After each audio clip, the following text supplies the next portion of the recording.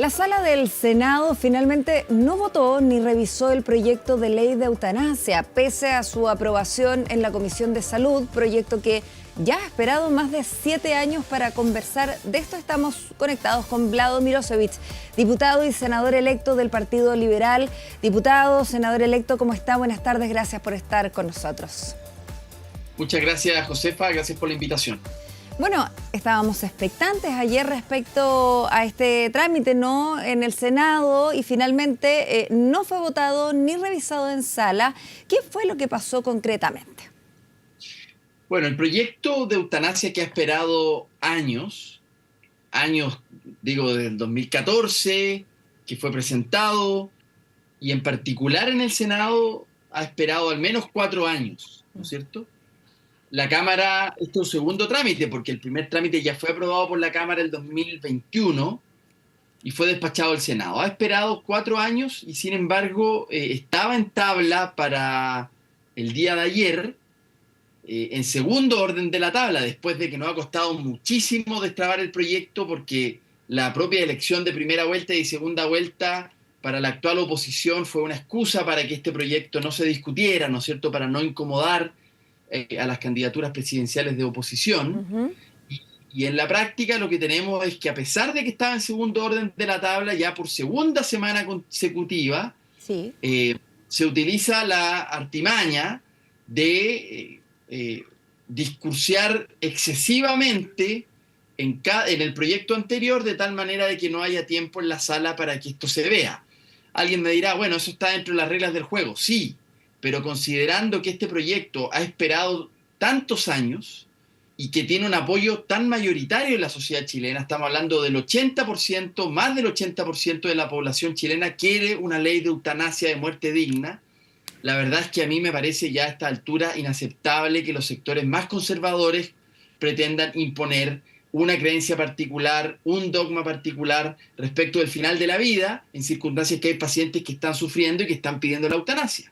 Ya, diputado, entonces acá no fue un problema de tiempos legislativos, no fue ni siquiera un problema de falta de acuerdo, ni siquiera de una decisión política, o sea, quizás una decisión política de no avanzar, porque lo que se estaba discutiendo antes se discutió largamente, y ahí quizás conecto de inmediato con lo que manifestó el propio presidente, ¿no?, a través de X, de estas maniobras dilatorias. Usted, entonces, ¿cuál es su opinión respecto a lo que manifiesta el Ejecutivo? Bueno, maniobras dilatorias son evidentes, y cualquier persona que estando ahí en el Senado se puede dar cuenta de que no es primera vez tampoco que suceden. Son abiertamente maniobras dilatorias para que el proyecto no pueda ver la luz. Probablemente también, porque ya lo ha dicho el presidente electo, en un escenario de que este proyecto se apruebe, podría ser vetado por el presidente, lo dijo en alguno de los debates presidenciales. Es decir, yo no sé si están intentando producir ese escenario de veto presidencial, o simplemente que el proyecto no avance. La verdad es que lo que sí es evidente es que hay una coordinación en la oposición para que este proyecto no avance. El gobierno se ha comprometido con ponerle urgencia, de tal manera de que sea visto como primer punto de la tabla de la próxima semana. Ahora, también quiero decir, Josefa, y esto es bien importante, que el Senado no ha respetado las urgencias del Ejecutivo durante años. O sea, este proyecto ha contado con más de 50 urgencias por parte del gobierno y muy pocas han sido respetadas. ¿Y por lo eso tanto, por qué ocurre, diputado? Y de cierta forma, ¿cómo opera eso que se pase por alto y que no sean fiscalizados, o que con estas 50 urgencias que no hayan sido respetadas? ¿Cómo se ha permitido que esto ocurra? bueno, yo lo he denunciado en varias ocasiones, ¿no es cierto? Esto es una violación a la Constitución, que es la que establece el respeto a las urgencias del Ejecutivo como colegislador, ¿no es cierto?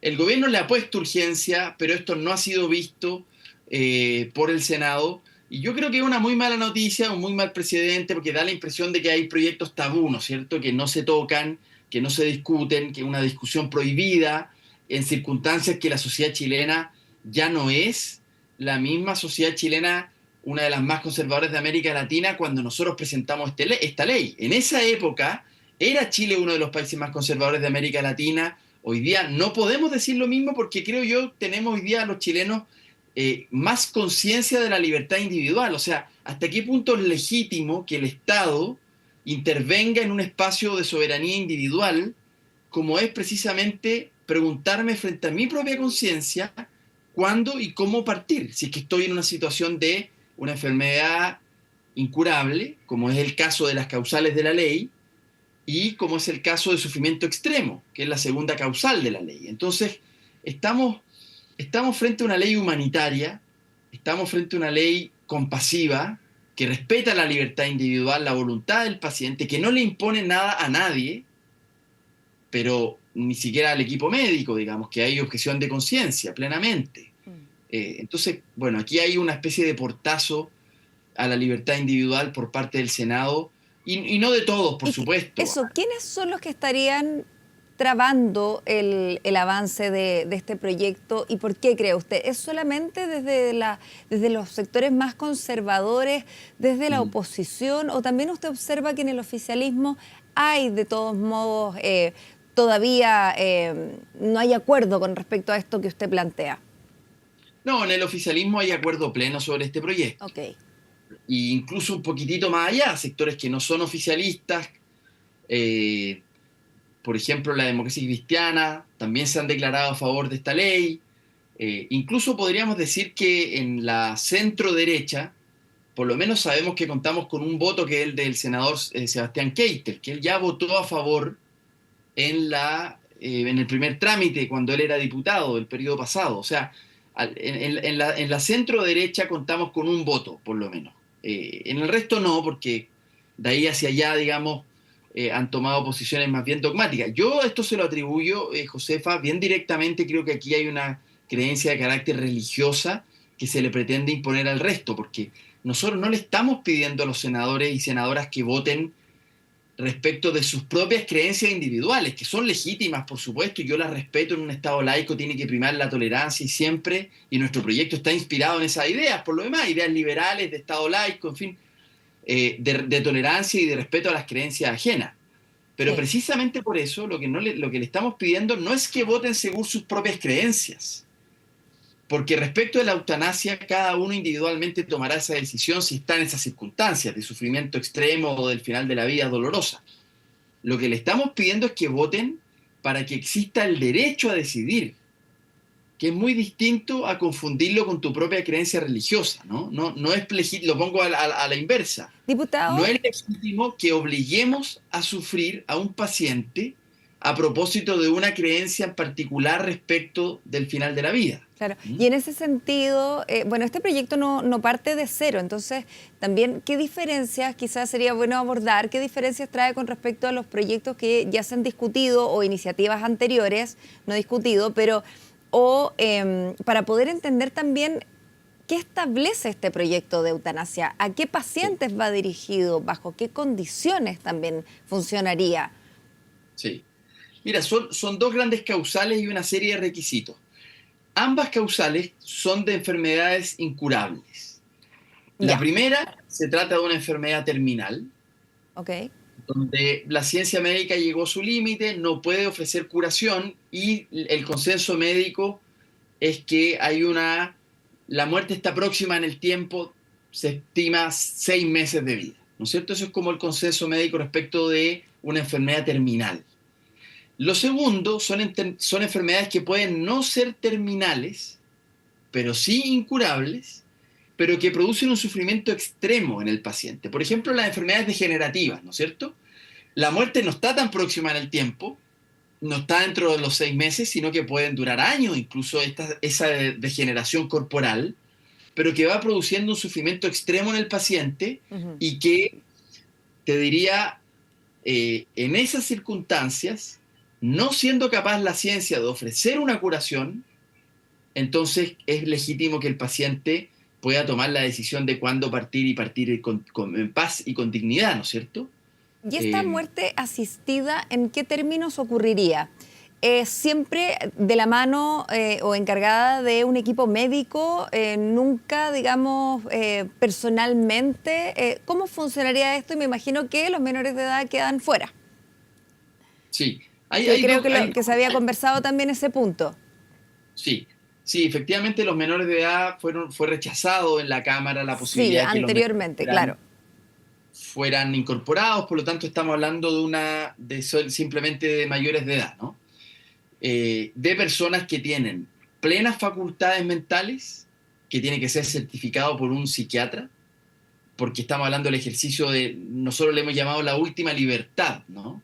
Pero para ejercer la libertad uno tiene que estar en pleno uso de las facultades mentales, por lo tanto esto es un requisito previo. Quien haya perdido la facultad mental, las facultades mentales no podría solicitar la eutanasia porque se entiende que no tiene autonomía para hacerlo, ¿cierto? Ya.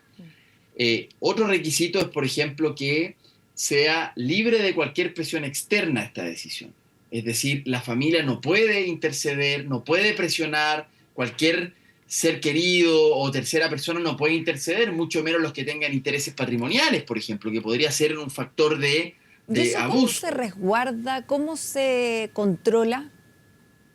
Bueno, es precisamente el equipo médico el que tiene que cerciorarse de que la voluntad del paciente sea genuina, sea meditada, sea prolongada en el tiempo y sea libre de cualquier presión externa. O sea, si el médico o el equipo médico se da cuenta de que esta decisión está mediada por otras cosas que no son la plena conciencia, la libertad de pensamiento, en fin, entonces tendrá que denegarse esa posibilidad de la eutanasia. ¿Mm? Y por lo Perfecto. tanto es bien importante primero, expresar la voluntad de manera expresa, luego de eso que el médico se cerciore de que esto es una decisión meditada. Por eso que todas las legislaciones en el mundo sobre eutanasia hablan de que sea una decisión prolongada en el tiempo, ¿no? Que no sea producto de una circunstancia específica o de un momento simplemente anímico, Claro, por eso sino que que es una decisión meditada. los padecimientos derivados o ligados a salud mental creo que también fueron descartados, ¿no? Bueno, siempre estuvieron descartados de la ley, es decir, una persona que está en una situación de enfermedad mental no se le entiende una persona plenamente autónoma y libre, ¿no Claro. es cierto? Por lo tanto, están siempre descartados.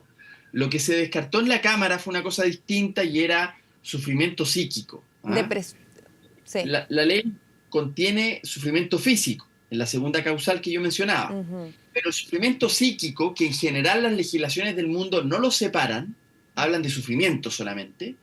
En este caso lo separamos y efectivamente esa tercera causal fue rechazada, que no es lo mismo que enfermedad mental, esas siempre están descartadas, ¿no? Sufrimiento psíquico se entendía como aquel, por ejemplo, de esta película de Almodóvar, Mar Adentro, en donde una persona, caso real, estuvo 25, 30 años postrado, no podía mover su cuerpo, por lo tanto no tenía sufrimiento físico, porque no sentía su cuerpo, Ujú. pero 30 años postrado le producía un sufrimiento psicológico que quería partir, ¿no es cierto? Y la famosa película sobre la eutanasia, Mar Adentro, que la recomiendo, una película española, Diputado, le da cuenta de un caso real, ¿no es sí, cierto? Pero diputado, bueno, eso está descartado como causal y no se está reponiendo ese debate en el Senado. sí, solo para ir concluyendo, porque le quiero preguntar también de otros temas. Bueno, ahora, ¿qué tendría que pasar entonces? Usted decía que ya el Ejecutivo le va a poner urgencia y esto debería pasar a la tabla para ser discutido el lunes. Pero podríamos enfrentarnos a un panorama similar a lo que ocurrió ayer. ¿Podría nuevamente darse esta maniobra dilatoria? Digamos, ¿está dentro de las reglas del juego como planteaba usted? Bueno, si está primero en la tabla, no, porque al estar primero en la tabla, el proyecto tiene que ser Claro, discutido desde un inicio de la sesión. sí Por o lo tanto, sí, ahí ya. es más difícil las maniobras dilatorias. Pero mire, a mí los sectores conservadores siempre me terminan sorprendiendo cuando se trata de atentar contra la libertad individual, porque aquí lo que está en juego es el principio de libertad individual. O sea, está en juego que un ciudadano está siendo obligado a sufrir por el Estado, Ujú. obligado a sufrir hasta la muerte natural, bajo, creo yo, ninguna justificación legítima en un Estado laico. O sea, ¿cuál es la razón? Yo les pregunto a la gente que nos escucha, ¿cuál es la razón por la cual una persona tiene que sufrir hasta la muerte natural? ¿Por qué el Estado lo obliga a usted a hacer eso? ¿Cuál es la razón? Deme una justificación laica, porque alguien me podrá decir es que Dios da la vida, Dios la quita. Esas justificaciones son absolutamente legítimas en el fuero interno, en la decisión individual, pero no en una ley, no en utilizar la fuerza del Estado para imponer ese criterio. Entonces, creo que esa es la base de la discusión, o sea, no obliguemos a sufrir a un paciente que quiere lo contrario, Sí. ¿no es cierto? Diputado, Meditadamente, maduramente, toma una decisión distinta. Hay que respetar esa decisión, esa voluntad. Diputado, lo voy a cambiar totalmente de tema porque, bueno, también ha generado una serie de reacciones políticas. También lo que escribió el presidente Gabriel Boric en X en este mensaje bastante crítico también hacia líderes que, según él, se muestran serviles frente al presidente de Estados Unidos. ¿Cómo evalúa usted las declaraciones del presidente? Quiero conocer también su visión, entendiendo que también, por ejemplo, el senador Lagos Ver dijo que había que ser más bien cautos, no fue cautos la palabra que utilizó, pero dijo que más o menos había que ser contenidos en las declaraciones. ¿Cuál es su diagnóstico, su visión al respecto? Bueno, el presidente Trump es un presidente controversial y por lo tanto sus declaraciones, sus acciones reciben muchas reacciones a nivel global. Uh-huh. No es solo el presidente de Chile el que responde, ¿no es cierto?, a una posición del presidente Trump. Esto suele suceder, miren ustedes en Europa, países más, menos desarrollados, hay reacciones dentro del mismo Estados Unidos, hay reacciones bastante explícitas sobre el comportamiento del presidente Trump. Por lo tanto, no nos debiese sorprender que un comportamiento de esa naturaleza tenga reacción. Pero ¿No es él, cierto? perdón, solo para aclarar, el tuit en X va dirigido a quienes se muestran serviles frente a Donald Trump. Pareciera ser que va más bien dirigido a otros que se han mostrado serviles al presidente Trump. Sí. Bueno, sobre eso, Josefa, yo creo que aquí va a venir esta discusión con harta intensidad en el próximo gobierno respecto de lo siguiente, José Antonio Kast tiene un alineamiento con los gobiernos de ultraderecha, ¿no es cierto? Con Milei, con Orbán en Hungría, con Trump, con Bolsonaro antes, ¿no es cierto?, cuando gobernaba, en fin, tiene una simpatía, amistad, coordinación, instancias internacionales, de esta instancia, ¿no es cierto?, de conservadora mundial, ¿no es cierto?, que se reúne cada cierto tiempo, eso es conocido. La pregunta va a ser la siguiente, si es que el presidente electo va a mantener la política de Estado de Chile, que es en favor del multilateralismo, la democracia, el Estado de Derecho, los derechos humanos, en fin, o va a alinearse más bien con aquellos aliados políticos que tiene. Es una decisión bien fundamental del próximo gobierno, que yo de verdad espero sinceramente y por el bien de Chile, que el próximo gobierno no sea un gobierno ideológico en materia de relaciones exteriores, sino que mantenga la política de Estado de Chile, que ha sido de consenso general. O sea, entre el presidente Lagos, Bachelet, Piñera, Boric, no hay una gran diferencia en la política de Estado porque Chile defiende ciertos principios permanentes, ¿no? Entonces, ojalá que José Antonio Kast, y lo digo bien genuinamente y bien sinceramente, ojalá que José Antonio Kast no tenga la tentación ideológica de seguir a sus aliados y renunciar a la tradición de la política chilena, que es una tradición de larga data. Nosotros tuvimos, y aprovecho a hacer un homenaje, nuestro primer embajador en Naciones Unidas de apellido Santa Cruz fue redactor, yo no sé cómo llegó a hacerlo, es realmente meritorio, redactor, uno de los 8 miembros del equipo que redactó la Declaración Universal de Derechos Humanos. Un chileno estuvo en eso, no sé, se sabe muy poco. Pero entonces nosotros tenemos desde un inicio de este orden internacional, tenemos una participación muy directa y no nos hemos movido, la verdad, con excepciones en la dictadura, paréntesis, pero en general Chile tiene una política de Estado que nos ha traído un gran prestigio como país y nos ha traído también ser el país que tiene más tratados de libre comercio en el mundo. Y eso para nuestra economía ha sido, por supuesto, un tremendo impulso y eso hay que mantenerlo. Entonces, pero es una coherencia general, no solo económica, también política, de defender ciertos principios. Eso ojalá que no se toque en el próximo gobierno. Muchas gracias, Vlado Mirosevic, diputado y senador electo, por estar con nosotros esta tarde. Que esté muy bien. A ti, muchas gracias.